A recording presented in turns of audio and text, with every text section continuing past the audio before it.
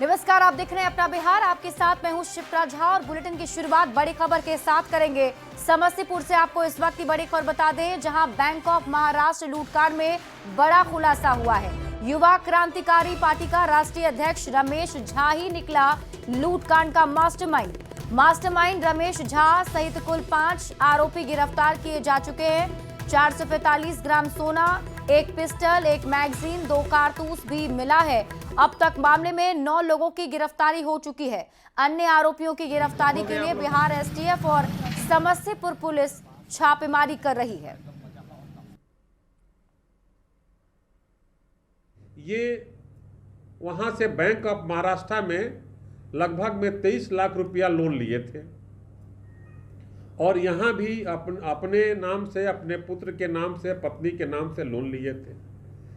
इसी क्रम में इनके दिमाग में चूंकि बैंक के द्वारा दबाव दिया जा रहा था, तो ये इनको भी जब गिरफ्तार किया गया तो इन्होंने बताया कि लोन पर दबाव दिया जा रहा था। जिस वकील के यहाँ मुंशी है, दीपक मुंशी, उसी के यहाँ जो नगर थाना में दोनों कांड था, वो वकील के पास जो है जाता आता था।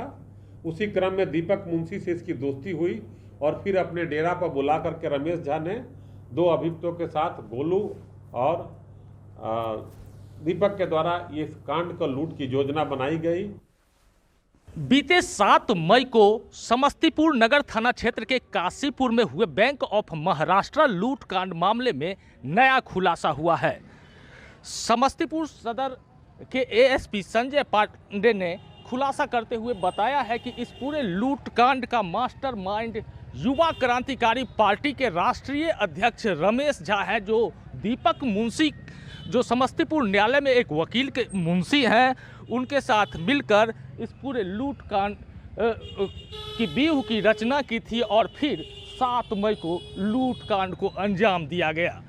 इसमें दीपक मुंशी और रमेश झा के द्वारा ये योजना बनाई गई थी कि इसमें उनके द्वारा जो गोल्ड रखे गए हैं, जिसके एवज में इन्होंने अपने परिवार के सदस्यों और खुद अपने नाम से लोन लिए थे, उसको भी लूटना है एवं अन्य गोल्ड को भी लूटना है और इस घटना को फिर अंजाम दिया गया। इस मामले में पुलिस ने पूर्व में 4 अपराधी को गिरफ्तार किया था और करीब 1 करोड़ से अधिक के सोना जब्त की गई थी और फिर आज 2 महिला और राष्ट्रीय युवा क्रांतिकारी पार्टी के राष्ट्रीय अध्यक्ष रमेश झा सहित कुल 5 लोगों को पुलिस गिरफ्तार करके जेल भेजी है और पुलिस के द्वारा यह अपील भी किया गया है, खासकर बैंकर से जो गोल्ड लोन देते हैं, वो इस मामले के बाद सचेत रहें। Mukesh Kumar, news 18 network, Samastipur.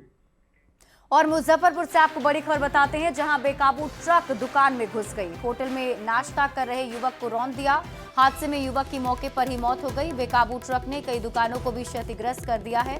सकरा थाना क्षेत्र के रूपनपट्टी चौक की घटना है। घटना के बाद से इलाके में हड़कंप है। हादसे के बाद ट्रक चालक फरार हो गया है। खलासी को लोगों ने दबोच लिया। कर रहा था शायद उसी बीच में, हाँ, उस ट्रक आ चुका और रंगते हुए चला गया। राकेश कुमार, अमर ठाकुर, बिशनपुर बनवरी भुट्टा चौक। जो गाड़ी 18 चक्का गाड़ी है, जो मार्बल पत्थर लोड हुआ है और बारिश का मौसम था और रंगते हुए 4-5 दुकान के रंगते हुए अंदर चला गया। एक आदमी का मौत भी हो गया, वो गैरेज वाला था, वो नाश्ता करने आया था। हाँ, रूपनपट्टी चौक पे एक ट्रक जो है अनियंत्रित होकर के जिधर दुकान है उधर चली गई, जिसमें एक व्यक्ति की मृत्यु हो गई है, राकेश कुमार की। कैमूर में पुलिस ने एक साथ हजारों कारतूस बरामद किए हैं। लग्जरी कार से कारतूस मिलने के बाद कई सवाल उठ रहे हैं। क्यों बड़ी साजिश की प्लानिंग चल रही थी?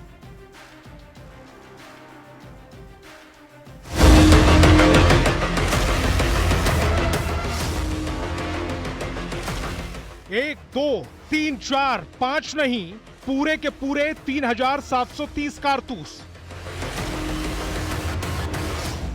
ये तस्वीरें देख आपकी आंखें फटी की फटी रह जाएंगी। पेटी में रखे हजारों कारतूसों को देख आप हैरान रह जाएंगे। इन कारतूसों को जब्त किया है कैमूर पुलिस ने। पुलिस ने मोहनिया चेक पोस्ट पर लग्जरी कार से 3730 कारतूस जब्त किए। कारतूस के साथ 2 तस्कर को भी गिरफ्तार कर लिया। इन हजारों कारतूसों की सप्लाई नालंदा में की जानी थी। लग्जरी कार में कारतूस की खेप बरामद होने के बाद हर तरफ सनसनी फैल गई। बताया जा रहा है कि यह कारतूस यूपी की तरफ से लाया जा रहा था।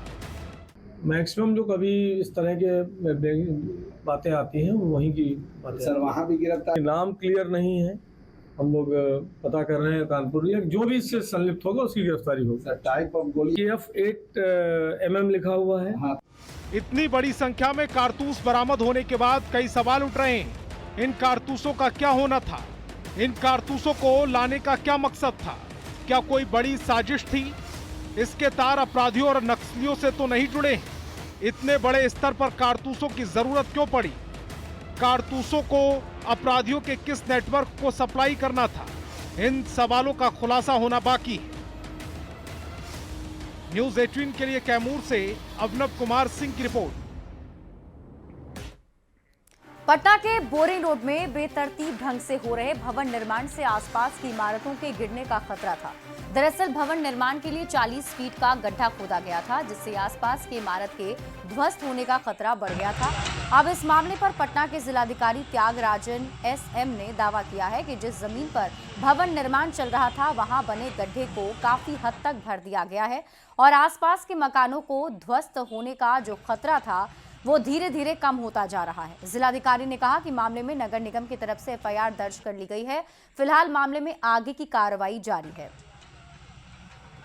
बोरिंग रोड में जैसे हमें सूचना मिला है, रातों रात हम लोग ने पूरा टीम भेजा और अभी स्थिति स्टेबल है और ज़्यादा चांस है कि आसपास की मकानों को गिरने से बचा लिया जाएगा, क्योंकि टाइमली हम लोग ने एक्शन लिया। NDRF की टीम भी दिन भर रात मतलब अर्ली मॉर्निंग 3 बजे से रही है और इंजीनियर्स भी उसको देखे हैं, तो ज़्यादा चांस है कि बचा लिया जाएगा, लेकिन अभी भी कुछ काम बाकी है। इसमें मेरे जानकारी के अनुसार FIR प्राथमिकी दर्ज हो चुकी है जो बिल्डर है, और उनके विरुद्ध की ये जानकारी मिली है कि वे नक्शा पास किए बिना किए हैं, तो नगर निगम के स्तर से प्राथमिकी दर्ज कराई गई है। इसके अलावा जो भी बिल्डर के विरुद्ध कार्रवाई है, रेरा को भी हम लोगों ने, रेगुलेटरी अथॉरिटी को भी हम लोगों ने लिखा है। और इसी बीच आपको पटना से बड़ी खबर बताते हैं, जहां ऊर्जा मंत्रियों का बड़ा सम्मेलन कल होने वाला है। बिहार, झारखंड, ओडिशा, पश्चिम बंगाल के मंत्री इसमें शामिल होंगे। अंडमान निकोबार के ऊर्जा मंत्री भी इसमें शामिल होंगे। केंद्रीय ऊर्जा मंत्री मनोहर लाल खट्टर इसकी अध्यक्षता करने वाले हैं। कल सुबह पटना पहुंचेंगे केंद्रीय मंत्री मनोहर लाल खट्टर। वर्ष 2030 तक की बिजली उपलब्धता पर चर्चा होगी। खपत, संचरण क्षमता, साइबर सुरक्षा पर भी चर्चा होगी। पटना के होटल ताज में कल ये सम्मेलन होने वाला है।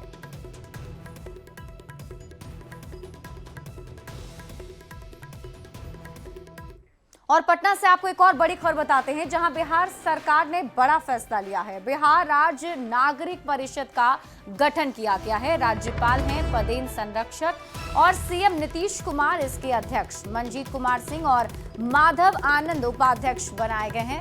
32 सदस्यीय नागरिक परिषद का गठन हुआ है। मंत्रिमंडल सचिवालय ने इसकी अधिसूचना जारी कर दी है। तो पटना से आपको इस वक्त की बड़ी खबर बता रहे हैं, बड़ी जानकारी सामने आ रही है। ये बड़ा फैसला सरकार की तरफ से लिया गया। बिहार राज्य नागरिक परिषद का गठन किया गया, जिसके राज्यपाल पदेन संरक्षक हैं और CM नीतीश कुमार इसके अध्यक्ष हैं। इसके साथ ही मंजीत कुमार सिंह और माधव आनंद को उपाध्यक्ष बनाया गया है।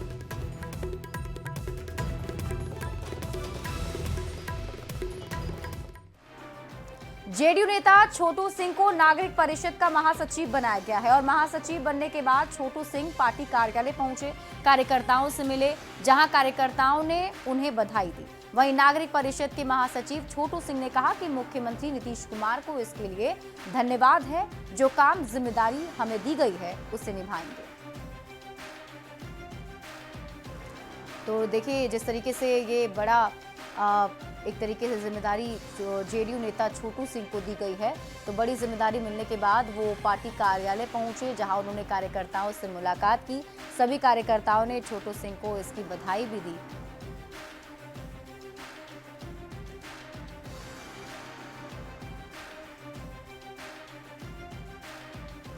बिहार में इसी साल विधानसभा के चुनाव होने वाले हैं। ऐसे में बिहार में विकास परियोजनाओं की बाढ़ आने वाली है। 2025-26 में देश भर में जितने भी हाईवे प्रोजेक्ट को एक्शन प्लान में शामिल किया गया है, उसमें करीब 2/3 सिर्फ बिहार में है, जिनकी कुल लागत 33,464 करोड़ रुपए है, जो देश में किसी भी राज्य में सबसे ज्यादा है। इनमें कुल 52 प्रोजेक्ट हैं। बिहार के मुख्य सचिव अमृतलाल मीणा ने बिहार के सभी जिला पदाधिकारियों को चिट्ठी लिखकर निर्देश दिया है कि हर हफ्ते वो अपने जिले के प्रोजेक्ट की समीक्षा करें, ताकि जल्द से जल्द डीपीआर तैयार हो जाए, जमीन अधिग्रहण कार्य पूरा हो जाए और टेंडर जारी किया जा सके। मुख्य सचिव अमृतलाल मीणा ने सभी जिला पदाधिकारियों को निर्देश जारी करते हुए ये भी कहा कि लक्ष्य रखना है कि चुनाव आचार संहिता लागू होने से पहले सभी प्रोजेक्ट के टेंडर जारी कर दिए जाएं। खास बात यह है कि बिहार के जिन 52 प्रोजेक्ट को एक्शन प्लान में शामिल किया गया, उनमें 46 हाई प्रायोरिटी प्रोजेक्ट है। बिहार के कुल 52 हाईवे प्रोजेक्ट की कुल लंबाई 875 किलोमीटर है। इनमें 7 ब्रिज हैं, 18 आरओबी आरयूबी शामिल है, 7 बाईपास भी शामिल है। इनमें खास प्रोजेक्ट हैं अनीसाबाद एम्स के बीच 4 लेन का 10 किलोमीटर लंबा एलिवेटेड कॉरिडोर, समस्तीपुर शहर मगरदही घाट पर ब्रिज, बेतिया और सेवरही के बीच गंडक नदी पर ब्रिज, कमला नदी पर ब्रिज बनाना और इसके अलावा शहर के जाम से बचने के लिए अरवल, दौद नगर, औरंगाबाद में बाईपास बनाना, दरभंगा जयनगर के बीच 38 किलोमीटर का हाईवे, बेतिया से बगहा के बीच 69 किलोमीटर का हाईवे और अरवल से बिहार शरीफ के बीच 89 किलोमीटर का हाईवे प्रोजेक्ट इसमें शामिल है। तो ऐसे 52 प्रोजेक्ट हैं जो काफी इंपॉर्टेंट हैं।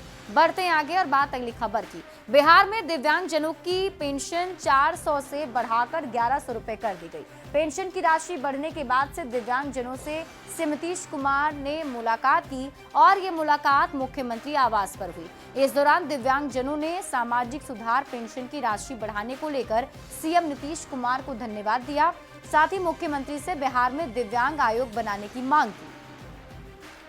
सामाजिक सुधार पेंशन के जो लाभुक हैं वो आज मुख्यमंत्री से मिलने आए थे। एक अन्य मार्ग में जो है इन लोगों की मुलाकात हुई है और काफी सौहार्दपूर्ण वातावरण में इन लोगों की मुलाकात हुई है। सभी दिव्यांग जन जो हैं वो मुख्यमंत्री से मिले हैं और साधुवाद दिया है। यहाँ पे मुख्यमंत्री से मिलकर के काफी खुशी जो है इन लोगों के चेहरे पे दिख भी रही है, नजर भी आ रही है। मुख्यमंत्री से मिले आप? मिले हैं सर। क्या बात हुई, क्या कहा मुख्यमंत्री? धन्यवाद देने आए हैं, पेंशन बोर्ड इस सामान्य धन्यवाद देने आए हैं, 400 रुपये दिए हैं, इसलिए धन्यवाद देने आए हैं।